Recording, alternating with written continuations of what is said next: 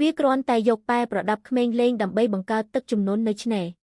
នៅពេលចុងក្រោយបុរសម្នាក់អផ្សុកក៏បានរកឃើញប៉ែលេងនៅលើឆ្នេរបន្ទាប់មកបានរកឃើញថាមានបាតទន្លេមួយនៅមិនឆ្ងាយពីទឹកសមុទ្រក្បែរនោះបន្តិចចម្ងាយរវាងទន្លេទឹកសាបនិងសមុទ្រក៏មានមិនប៉ុន្មានម៉ែត្រតែប៉ុណ្ណោះ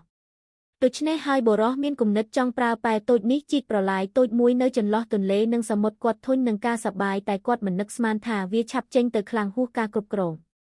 វាកំពុងពង្រីកទឹកក្នុងល្បឿនដែលអាចមើលឃើញដោយភ្នែករបស់គាត់យូរទៅច្រាំងថ្មចោតមួយមានតឹងប្រហែល5ម៉ែត្រត្រូវបានបង្កើតឡើងហើយខ្សាច់ទាំងសងខាងក៏អើចុះមកយ៉ាងលឿនឃើញបែបនេះយុវជនរូបនេះភ័យណាស់ក៏ប្រញាប់ទៅផ្ទះតែមិននឹកស្មានថាកន្លែងនេះអាចទាក់ទាញអ្នកលេងកីឡាជិះស្គីមួយក្រុមបានទេដោយសារតែទឹកទន្លេនិងសមុទ្រខុសប្លែកគ្នាទើបបង្កើតជាកន្លែងលេងស្ពតយ៉ាងល្អឥតខ្ចោះដែលធ្វើឲ្យអ្នកលេងកម្សាន្តមួយចំនួនធំមានពេលវេលាដ៏ល្អកន្លងទៅតំបន់ជុំវិញជ្រុងត្រូវបានប្រែក្លាយពីតំបន់តូចទៅជាតំបន់ធំជាង10ម៉ែត្រឯណោះបានក្លាយជាកន្លែងជិះស្គីដ៏ពេញនិយម